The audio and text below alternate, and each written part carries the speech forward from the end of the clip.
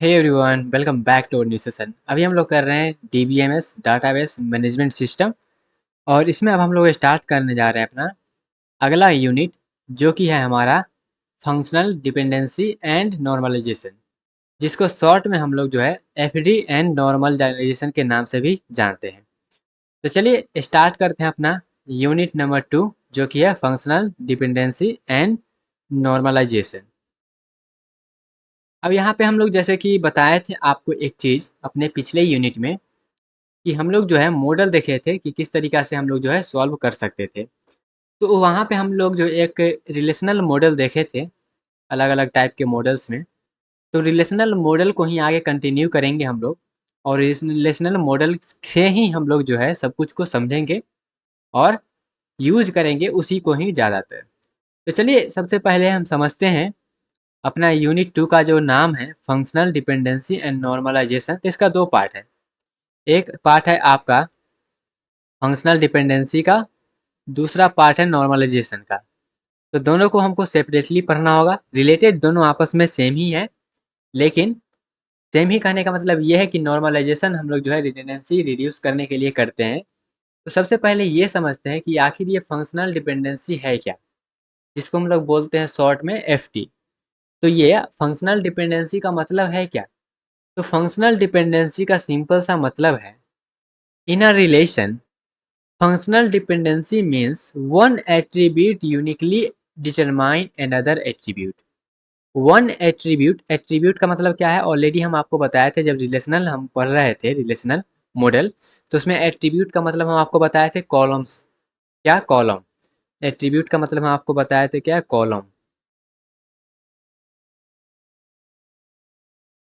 Attribute का मतलब बताए थे क्या? कॉलम। तो इन अ रिलेशन, रिलेशन का मतलब क्या है? टेबल्स। किसमें हम लोग पढ़ रहे हैं? रिलेशनल। हम रिलेशनल मॉडल पढ़ रहे थे ना, तो उसी में रिलेशन का मतलब क्या होता है? टेबल। एट्रीब्यूट का मतलब क्या है? कॉलम। तो इन अ रिलेशन, या फिर बोल सकते हैं in a table, functional dependency means one column uniquely determine another column. जिसको टेक्निकल भाषा में बोलिएगा आप, in a relation functional dependency means one attribute uniquely determine another attribute. कहने का मतलब ये है कि x कोई एक एट्रीब्यूट है, y एक कोई एट्रीब्यूट है। तो ये अगर यूनिकली उसको जो है डिटरमाइन कर रहा है, तो उसको हम लिखेंगे x यूनिकली डिटरमाइन y, या फिर लिखेंगे x डिटरमाइन y। इस तरीका से हम इसको बोल सकते हैं। उसको एरो के रिप्रेजेंटेशन हमसे हम लोग क्या करते हैं? दिखाते हैं। अब यूनिकली डिटरमाइन करने का मतलब क्या है? यूनिकली डिटरमाइन करने का मतलब क्या है, उसको हम लोग समझेंगे अभी जस्ट। पहले इसको बोलने आया आपको? ये जो हम बोले हैं यहाँ पे x एरो y को, यहाँ पे हम इसको बोलेंगे x डिटरमाइन y, या फिर आप इसको बोलिएगा दूसरा टर्म में, value of x uniquely identify value of y। ये चीज़ हम इसको बोल सकते हैं। अब चलिए समझते हैं ये यूनिकली आइडेंटिफाई का मतलब क्या है। यूनिकली आइडेंटिफाई का मतलब क्या है? तो यूनिकली आइडेंटिफाई का मतलब ये है कि इस एग्जांपल से आप समझिएगा। जैसे ये हमारे पास एक रिलेशन दिया गया है, मीन्स टेबल दिया गया है, बिल्कुल दिया गया है। अब इसमें हम लोग जो है इसको थोड़ा-सा पहले हम नीचे करेंगे। ओके,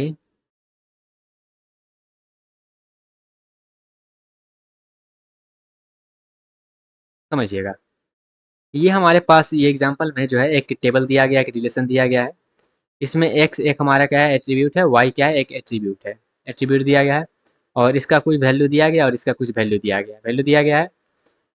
अब यूनिकली आइडेंटिफाई का मतलब क्या कहता है वो देखिएगा। जैसे एक्स में देखिएगा जो भी वैल्यूज़ दिया गया है, वाई में जो वैल्यू दिया गया है, क्या एक्स का एक वैल्यू वाई के एक वैल्यू को, यूनिक वैल्यू को आइडेंटिफाई कर रहा है? या फिर अगर एक्स रिपीट भी हो रहा है, तो क्या उसके रिलेटेड वाई का जो वैल्यू पहले था, क्या वो सेम वैल्यू फिर से आ रहा है? जैसे कि समझिएगा, ये सपोज करिए ये नेम है, ठीक है? इस तरीक़ा से समझ लीजिएगा। इसको आप कह दीजिए क्या है? ये नेम है, और इसको कर दीजिए क्या? ये मार्क्स है। कह दिए? ठीक है।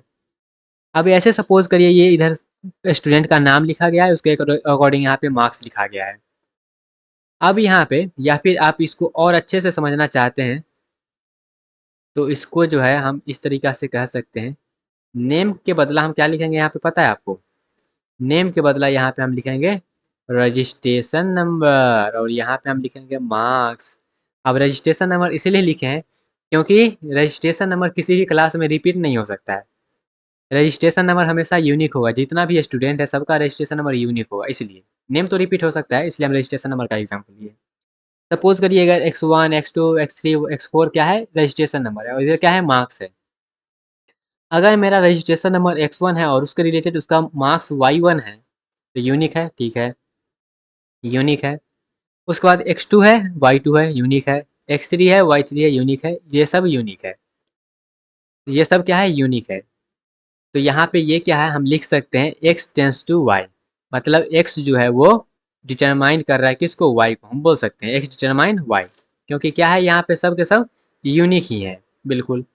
तो ये एग्जांपल समझ में आया। यूनिक रिप्रेजेंट करने का मतलब क्या है, आप इसको y जो है y एरो x भी लिख सकते हैं, बिल्कुल नहीं ऐसा बिल्कुल नहीं है कि इधर से इधर ही लिखिए, आप इसको इस तरीका से भी लिख सकते हैं। अब उसको मिलाने के लिए क्या करिएगा, लिखिएगा y जो है क्या x को यूनिकली रिप्रेजेंट कर रहा है, तो y1 x1 y2 x2 y3 x3 y6, यहाँ पे ये 6 इसको करना पड़ेगा, इसको कर लेते हैं y6 और x4, मतलब सब क्या है, वैल्यू यूनिक है, कोई रिपीट नहीं कर रहा है, तो इसको बोलते हैं एफडी। अगर वैल्यू यूनिक है, रिप्रेजेंट कर रहा है, तो इसको हम बोलेंगे एफडी। एफडी किसको बोल रहे हैं, ये टेबल को एफडी नहीं बोल रहे हैं, ये हम एफडी बोल रहे हैं इसको। ये जो हम लिखे हैं ना x टेंस टू y, इसको हम लोग बोल रहे हैं एफडी, मतलब फंक्शनल डिपेंडेंसी। आई होप आपको एफडी का मतलब क्लियर हुआ होगा। चलिए और एग्जांपल लेते हैं एक, जिससे आपको अच्छे से क्लियर हो जाएगा। एफडी जब भी आप निकालें तो एक चीज आप जो है अच्छे से स्टार मार्क करके लिख ले, क्या, whenever X value repeat corresponding Y value must be same. अगर मेरा रोल नंबर फिर से रिपीट हो रहा है तो उस रोल नंबर पे जो पहले से रिजल्ट था वही रिजल्ट फिर से आना चाहिए, अदरवाइज गड़बड़ हो जाएगा, ठीक है। चलिए दूसरा एग्जाम्पल देखते हैं। जैसे ये हमारा स्टूडेंट टेबल है, इसका रोल नंबर है, नेम है और ब्रांच है। तो यहाँ पे एफ है कि नहीं उसको समझने के लिए क्या करेंगे, जैसे कि एफ हमको चेक करना है कि रोल नंबर से हमारा ब्रांच, नेम और ब्रांच आ रहा है कि नहीं। तो इसको हम कैसे चेक करेंगे, तो इसको चेक करने के लिए हम कहेंगे इस तरीका से आप लोग चेक करिए। इस तरीका से चेक करना है, इस तरीका से। थोड़ा सा पहले ऊपर कर देते हैं, चल मेरे घोड़े, टिक टिक टिक, ओके,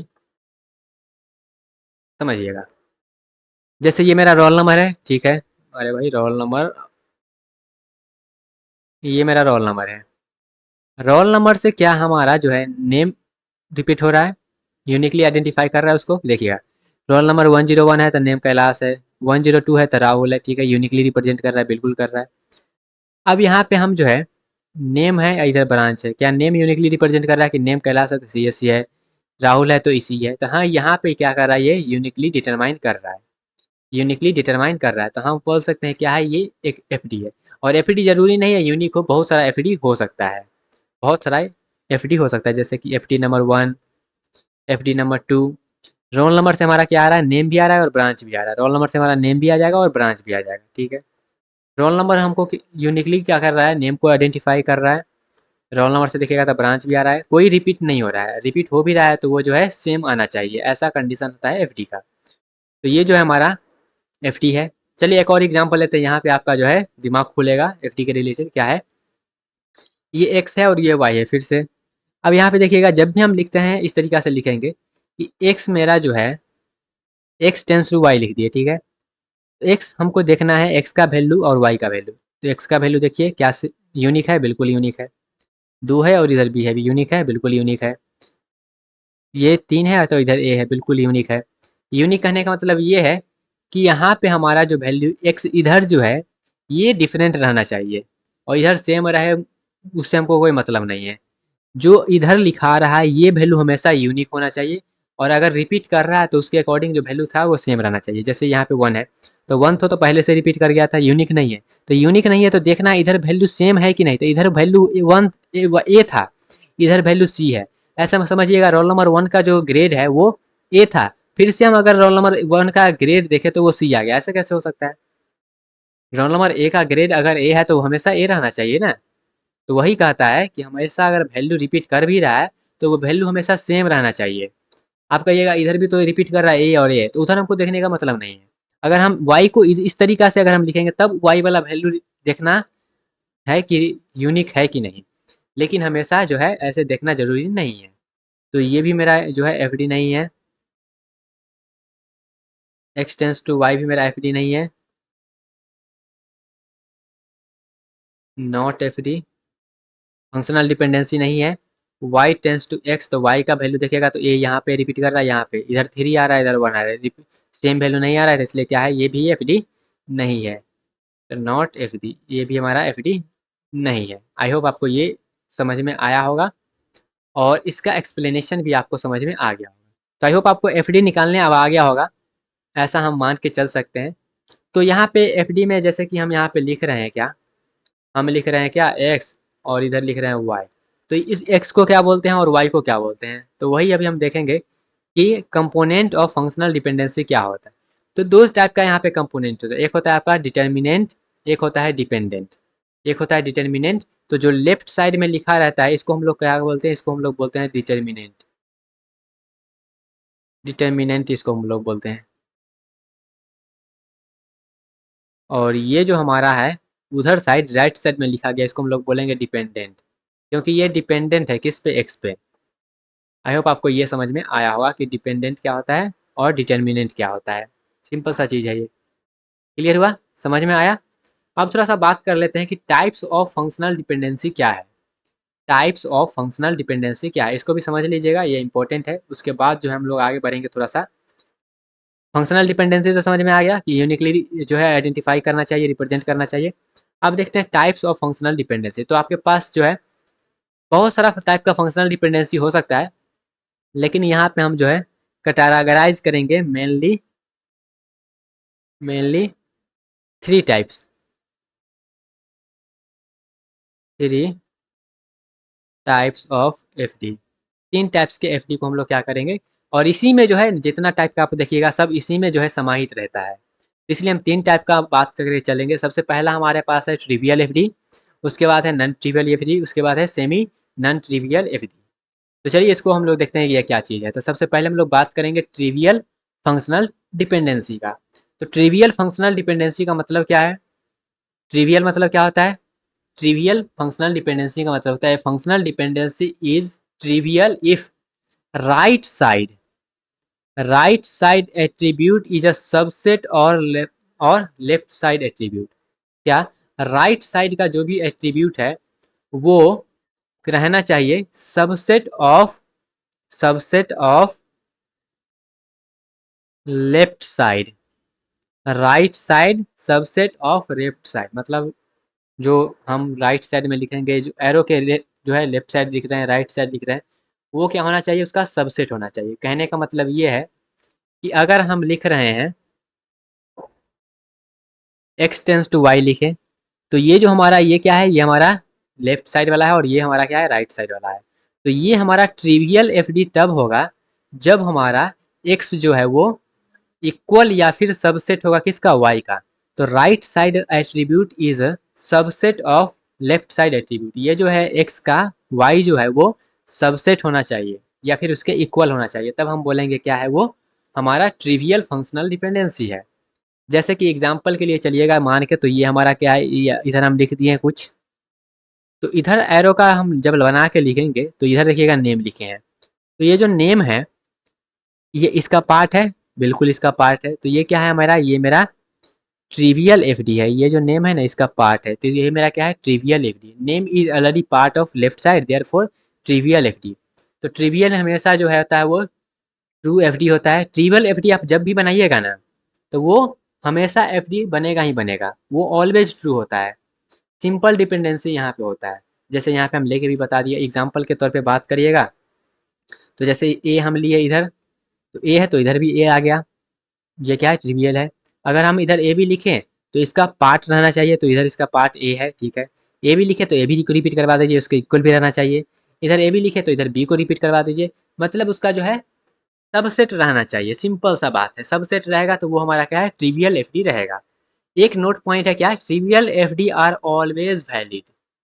ट्रिवियल एफ डी हमेशा वैलिड होता है। अब कोई भी ट्रिवियल एफ डी अगर वो है तो वो हमेशा एफडी रहेगा ही रहेगा, ठीक है, वो ऑलवेज वैलिड रहेगा, वो इनवैलिड रह ही नहीं सकता है, ठीक है। आई होप आपको ये चीज़ क्लियर हुआ होगा।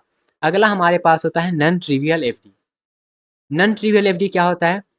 तो functional dependency is called non trivial FD if right side attribute is not subset of left side attribute. Right side वाला एट्रीब्यूट अगर सबसेट नहीं है, इक्वल भी नहीं रहना चाहिए और सबसेट भी नहीं रहना चाहिए, सबसेट नहीं है, तब हम उसको बोलेंगे क्या? उसको हम बोलेंगे ये हमारा नॉन ट्रिवियल एफडी है। That means x tends to y अगर हम लिख रहे हैं तो इज ये a non trivial FD if and only if इसका इंटरसेक्शन फाई होना चाहिए, मतलब कुछ भी कॉमन नहीं रहना चाहिए दोनों में, and x tends to y जो है वो एफडी के कंडीशन को सेटिस्फाई करना चाहिए। तब हम बोलेंगे क्या? तब हम बोलेंगे ये मेरा नॉन ट्रिवियल एफडी है। जैसे कि यहाँ पे हम लिखे हैं तो x इंटरसेक्शन मतलब left side, intersection right side लीजिएगा, ए इंटरसेक्शन बी लीजिएगा तो क्या आया? फाई आया, बिल्कुल फाई आया। और ये जो हमेशा जो है वो एफडी के कंडीशन को सेटिस्फाई करना चाहिए, ठीक है। आई होप आपको ये समझ में आया होगा। जैसे यहाँ पे एग्जांपल के तौर पे देख सकते हैं, ये हम लिख दिए तो ये name is not part of ये, देयरफॉर ये मेरा क्या है? ये नॉन ट्रिवियल एफडी है। और ऐसा मान के चलिएगा ये मेरा क्या है? एक एफडी है पहले से, वैलिड एफडी है। उसके बाद अगर वैलिड एफडी ही नहीं रहेगा तो बात करने का मतलब ही नहीं है, ठीक है। तो ये मेरा क्या है? ये मेरा नॉन ट्रिवियल एफडी है। देन नॉन ट्रिवियल एफडी, ये मेरा क्या है? नॉन ट्रिवियल एफडी है। आई होप आपको नॉन ट्रिवियल एफडी भी निकालने आ गया होगा, सिंपल सा डेफिनेशन है, आई होप आपको समझ में आया होगा। उसके बाद अगला हमारे पास है सेमी नॉन ट्रिवियल एफडी। अब ये सेमी नॉन ट्रिवियल एफडी क्या है? तो सेमी नॉन ट्रिवियल एफडी का मतलब क्या है? x tends to y is a semi non trivial FD if ये जो है यहाँ पे सबसेट भी तो रहेगा ही नहीं, साथ में कॉमन भी नहीं आना चाहिए। कहने का मतलब ये है कि जैसे देखिएगा वो उसके इक्वल नहीं हो सकता है। जैसे यहाँ पे हम ए बी लिखें और इधर हम बी सी लिखें, तो यहाँ पे देखिएगा इधर हमारे साथ जो है, जैसे कि यहाँ पे हम ए बी इंटरसेक्शन लिखेंगे बी सी का, तो यहाँ पे हमारा क्या आएगा? यहाँ से हमेशा जो है क्या आ जाएगा? यहाँ से हमेशा बी आएगा, ठीक है, क्योंकि दोनों में बी कॉमन है, बिल्कुल। तो ये जो है मेरा नॉट इक्वल्स टू फाई है, ये फाई नहीं है, ठीक है, और ये सबसेट भी नहीं है। A B not equals to subset of B C, ये सबसेट भी नहीं है, ये भी सेटिस्फाई कर रहा है और ये भी सेटिस्फाई कर रहा है। इसको हम लोग बोलेंगे सेमी नॉन ट्रिवियल एफडी। जैसे मान लेते हैं ये ट्रिवियल भी नहीं है एंड नॉन ट्रिवियल भी नहीं है। ट्रिवियल मतलब क्या होता है? पूरा सबसेट रहना चाहिए या उसके इक्वल रहना चाहिए, तो ये पूरा सबसेट भी नहीं है और उसके इक्वल भी नहीं है, ठीक है। उसके बाद ट्रिवियल क्या कहता है? ट्रिवियल कहता है हमेशा जो है वो फाइव होना चाहिए दोनों का इंटरसेक्शन, लेकिन दोनों का इंटरसेक्शन यहाँ पे फाइव ही नहीं है, ये इसका डेफिनेशन करता है। तो दोनों के बीच के बाद जो ले लिया है उसको हम लोग बोलेंगे semi non trivial FD. I hope आपको ये चीज़ क्लियर हुआ हो। तो यहाँ पे हमें जो है अब सीखना है कि हमेशा जो हम कर रहे हैं फंक्शनल डिपेंडेंसी, फंक्शनल डिपेंडेंसी, तो इसका इम्पोर्टेंस क्या है? फंक्शनल डिपेंडेंसी का इम्पोर्टेंस क्या है? तो फंक्शनल डिपेंडेंसी के जरिए हम लोग क्या कर सकते हैं? डाटाबेस को डिज़ाइन कर सकते हैं, नॉर्मलाइजेशन लगा सकते हैं, रिडंडेंसी को रिमूव कर सकते हैं, कंसिस्टेंसी को मेंटेन करके चल सकते हैं। तो इसलिए हमारा जो है फंक्शनल डिपेंडेंसी इम्पोर्टेंट होता है। आई होप आपको ये चीज़ समझ में आया होगा कि मेरा जो फंक्शनल डिपेंडेंसी है वो इम्पोर्टेंट क्यों है और इसको हम लोग क्यों पढ़ रहे हैं। इसको और इन डिटेल देखेंगे, लेकिन फ़िलहाल के लिए आपको इतना समझ में आया? इतना समझ में आया? तो चलिए, इतना समझ में आ गया तो एक एग्ज़ाम्पल करते हैं फटाफट से, तो और अच्छे से आपको समझ में आ जाएगा। एक एग्ज़ाम्पल करें? चलिए एक एग्ज़ाम्पल करते हैं। और ये हम टेबल ले लिए हैं, इस टेबल में आपको यहाँ पे हम क्या किए हैं? बहुत सारा एफडी लिख दिए हैं, जितना पॉसिबल हो सकता है एफडी उतना लिख दिए हैं। और आपको बताना है इसमें कौन सा जो है एफडी वो वैलिड है और कौन सा नहीं है, कौन सा वैलिड है और कौन सा नहीं है। ये आपका एग्जाम्पल रहा, ये रहा आपका एग्जाम्पल। ओके, अब इसमें बताइए कौन सा वैलिड है। तो इसमें हम कितना तरीका से लिख सकते हैं? इसमें हम कितना तरीका से लिख सकते हैं? तो इसमें लिखने का तरीका बिल्कुल भी नॉर्मल है, क्या? जैसे अब जितना पॉसिबल है आप लिख लीजिए, जैसे कि x टेंस टू y हम लिख सकते हैं, बिल्कुल लिख सकते हैं। फिर एक ये दोनों हो गया, हम ये दोनों को भी ले सकते हैं, x z को भी ले सकते हैं, बिल्कुल। क्या हम y के साथ नहीं ले सकते हैं? बिल्कुल ले सकते हैं, y के साथ ले लिए, फिर इसके साथ ले लिए। क्या हम z के साथ नहीं ले सकते हैं? बिल्कुल ले सकते हैं, बिल्कुल ले सकते हैं। तो पहले सिंगल सिंगल ले लीजिए, उसके बाद जो है सिंगल सिंगल लेने के बाद, जैसे यहाँ पे हम सिंगल सिंगल ले लिए हैं इतना तक, उसके बाद आप डबल डबल लीजिए, जैसे कि हम एक्स वाई ले लिए, इसको हटाते हैं पहले। फिर आप जो है एक्स वाई ले लीजिए एक साथ इधर, फिर इधर कर लीजिए जेड, फिर एक्स वाई, एक्स जेड करिए और जेड एक्स कर लीजिए। इस तरीका से आप जो है करके चल सकते हैं, ठीक है। तो सिंपल से हमने यहाँ पे क्या किया है, बहुत सारा एफ डी लिख दिए हैं। जैसे कि ये हमारा एफ डी है, ये हमारा एफ डी है, ये भी एफ डी है। जैसे कि मान लेते हैं ये मेरा पहला एफ डी, ये दूसरा, तीसरा, इस तरीके से हम क्या किए हैं, एफ डी लिख दिए हैं। आपको जरूरी ऐसा क्वेश्चन नहीं देगा कि ये जो है ये दे दिया टेबल और उसके अकॉर्डिंग कहेगा एफ डी लिखते रहे, वैसा नहीं है। आपको टेबल भी दे देगा, एक दो एफ डी भी दे देगा और कहेगा बताइए कौन सा वैलिड एफ डी है, कौन सा वैलिड एफ डी नहीं है। तो इसको हम कैसे करेंगे वो समझते हैं। तो जैसे आपको देखना है, जैसे ही ये आया आपको देखना है एरो के इधर कौन सा है। तो एरो के इधर ही कौन सा है, एक्स है। तो एक्स कहाँ पे है, यहाँ पे। वाई कहाँ पे है, यहाँ पे। तो एक्स में देखिएगा कहीं कॉमन है, कोई रिपीट कर रहा है, तो हाँ बिल्कुल रिपीट कर रहा है, ये रिपीट कर रहा है, ये रिपीट कर रहा है। तो रिपीट कर लिया, ठीक है।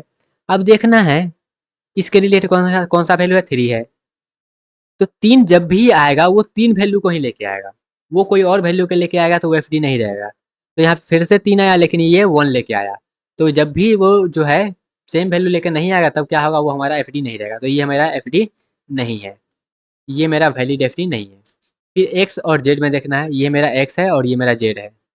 अब देखिए ये 3 है, क्या लेके आया, 7 लेके आया, बिल्कुल। क्या है, 3 है, अभी भी 7 लेके आया, बिल्कुल सही बात है। 1 है, क्या लेके आया, 7 लेके आया, 1 है 7 लेके आया, 1 है 7 लेके आया। मतलब जो है अगर रिपीट कर भी रहा है तो सेम वैल्यू लेके आ रहा है, तो ये मेरा क्या है, वैलिड एफ डी है, ठीक है। अगला हमारा देखना है एक्स और वाई जेड में। ये मेरा एक्स रहा और ये वाई जेड रहा। तो ये एक्स है, इसके रिलेटेड क्या वैल्यू है, तो इसके रिलेटेड वैल्यू जो है 3 और 7 है, ठीक है। फिर ये 3 है, तो इसके रिलेटेड क्या वैल्यू है, इसके रिलेटेड वैल्यू 1 और 7 हो गया, वैल्यू चेंज हो गया। जब वैल्यू चेंज हो गया, वैल्यू हमेशा सेम रहना चाहिए दोनों का वैल्यू, तो क्या होगा हमारा जो है ये वी एफ डी नहीं रहेगा, ठीक है। फिर वाई और एक्स में देखिए, वाई मेरा कहाँ पे है, यहाँ पे, एक्स इधर है। तो यहाँ पे क्या है, 3 है, इसके रिलेटेड क्या वैल्यू है, 3 है। ये क्या है, 1 है, इसके रिलेटेड वैल्यू क्या है, 3 है। ये 3 फिर से रिपीट हुआ तो इसके रिलेटेड वैल्यू क्या रहना चाहिए, 3 रहना चाहिए, लेकिन 1 हो गया। 1 हो गया तो ये भी मेरा एफ डी नहीं होगा। एक भी अगर वैल्यू इधर उधर हो गया तो वैल्यू एफ डी नहीं है, सिंपल सा। फिर वाई से देखिए जेड, तो वाई से जेड में तो सब वैल्यू सेम ही है, तो चेंज हो चाहे ना हो से कोई मतलब नहीं है, हमेशा वैलिड होगा। उसके बाद मेरा क्या है, वाई से एक्स जेड, वाई से एक्स जेड, ये वाई रहा, इसके रिलेटेड क्या वैल्यू है, एक्स जेड। एक्स मेरा क्या है, 3 है, फिर 7 है, बिल्कुल। फिर अगला क्या है, 1 है, तो इधर 3 है और 7 है, बिल्कुल। इधर 3 है तो क्या है, इधर 1 हो गया और 7 हो गया, वैल्यू चेंज हो गया। वैल्यू चेंज हो गया तो क्या है, ये एफ डी नहीं है। वैल्यू चेंज हो जाए तो वैसे ही कहना है कि ये मेरा एफ डी नहीं है। क्लियर हुआ। तो इसी तरीका से ये हमने क्या किया है, आपको 6 एग्जाम्पल लेके बता दिया, उसी तरीका से आपको ये सारा एग्जाम्पल जो है करना है, ठीक है। और एक एग्जाम्पल और लेते हैं कि ये मेरा ट्रिवियल एफ डी होता है। इसमें देखिएगा कौन सा ट्रिवियल है, कौन सा नॉन ट्रिवियल और कौन सा सेमी ट्रिवियल है। तो आप जब देखिएगा तो ये लास्ट वाला जो है, ये तीनों, ये मेरा क्या है, ये मेरा ट्रिवियल एफ डी है। जब ये ट्रिवियल एफ डी है तो ट्रिवियल एफ डी हमेशा वैलिड होता है। कहने का मतलब ये है कि इसको आप सेटिस्फाई करवाइएगा तो ये हमेशा वैलिड एफ डी आएगा। जैसे एक्स वाई जेड ले लीजिए, तीनों को ले लीजिए और इसके रिलेटेड देखिए एक्स का वैल्यू क्या है, 3 है, बिल्कुल। फिर ये तीनों को लेंगे, इसके वैल्यू देखिए ये 3 है। तो ये हमेशा जो है हमेशा आपको यूनिक वैल्यू देगा। तो ये हमेशा क्या होता है, ट्रिवियल एफ डी हमेशा वैलिड होता है, ये मान के चल सकते हैं, ठीक है। आई होप आपको ये चीज़ समझ में आया होगा। क्लियर है, सिंपल सा चीज़ है, समझ में आना ही चाहिए। तो गाइज यहाँ पे हमने जो देखा है कि एफ डी क्या होता है, एफ डी का डेफिनेशन हमने देखा, एफ डी का मतलब समझ लिए, एफ डी का अलग अलग हमने टाइप देखा, उसके मतलब को समझें। उसके बाद हमने जो है उसको समझने के बाद हमने देखा है कि एक एग्जाम्पल लिए हैं और उसमें तीनों प्रकार के हमने एफ डी को लिख दिया है, जितना एफ डी पॉसिबल हो सकता था लिख दिए हैं। उसके बाद हम समझे हैं कि उसमें कौन कौन सा एफ डी जो है वो वैलिड है, कैसे आप चेक कर सकते हैं वैलिड है कि नहीं, ये सारी चीज़ें। आई होप आपको ये सब चीज़ समझ में आया होगा, लेकिन फिर भी अगर कहीं पे डाउट रह जाता है तो कमेंट सेक्शन में आप बता सकते हैं, उसको क्लियर किया जाएगा। मिलते हैं अपने अगले सेक्शन में जहाँ पे हम आगे के टॉपिक को डिस्कस करेंगे। तब तक के लिए bye bye, tata, take care and all the best.